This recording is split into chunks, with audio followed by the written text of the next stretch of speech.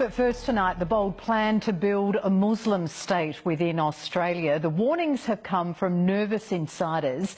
They're Islamic leaders who are pleading with the government to stop it from happening. And as David Richardson reports, they're receiving death threats just for speaking out. Sadly, my religion in the current situation is an absolute mess. I come from a lineage of Islamic leadership.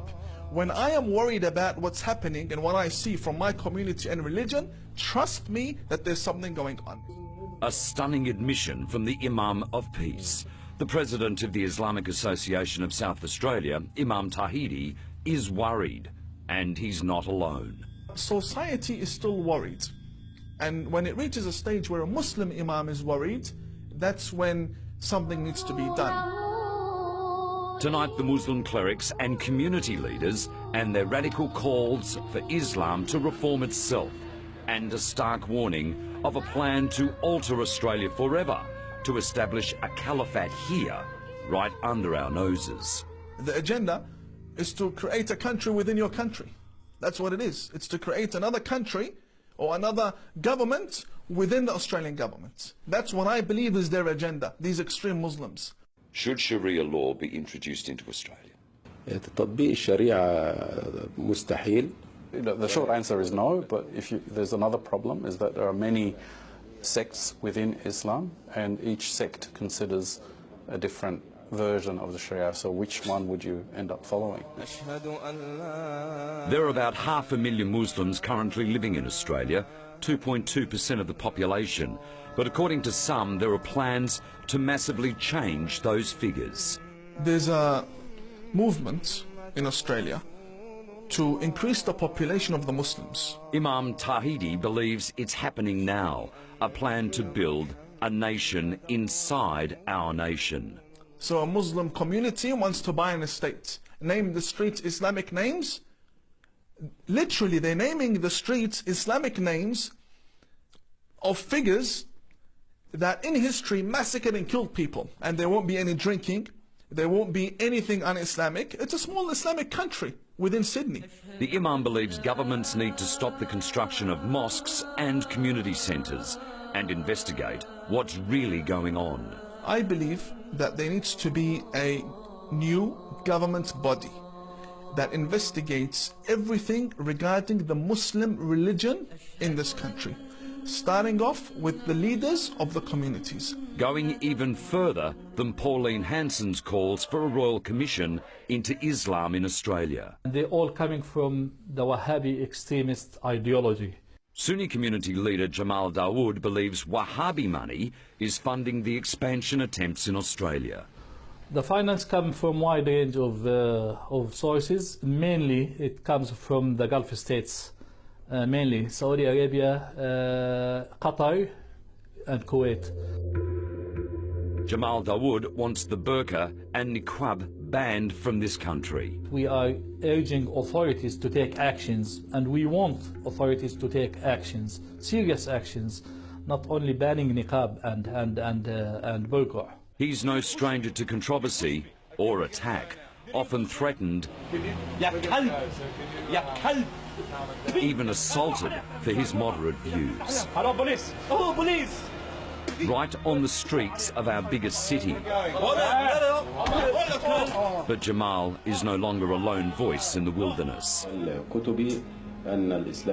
There is no commandment for the burqa or the hijab to be worn. Moderate Dr. Mustafa Rashid is another calling for change, the moderation of Islam, even allowing Muslims to drink and eat pork. The Quran itself does not say that alcohol is banned. It actually has a verse that talks about do not pray while you are drunk. So in other words, the problem is with being drunk, not the alcohol itself. But this is what happens when Dr. Rashid takes his views around the world. He's physically attacked. هو ده يعني أنا ما تخيلتش إنه يحصل إنه وأنا حاليا في الاتحاد اللي أنا بشرف. There's about 700 scholars around the world who agree with him, and they are trying with their own resources. They're not being funded by anybody, but they're trying with their own resources to publish the fact that a lot of the heritage of Islamic heritage is actually false. But for their trouble, all three of these men are now subject to ISIS calls for their executions. That's hardly new to them. I have received so many threats in my life that it's become something normal, to the point that if I don't receive a death threat, I'm surprised. Why didn't I get a death threat today? What happened? They must be busy with something else. They're busy perhaps trying to ban other things. While trying to shut down the debate, Wahhabi preachers are at the same time railing against everything. From Pokemon Go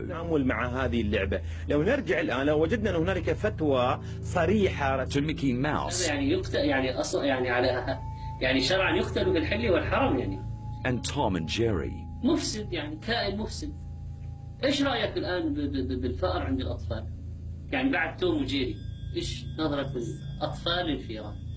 To Christmas celebrations.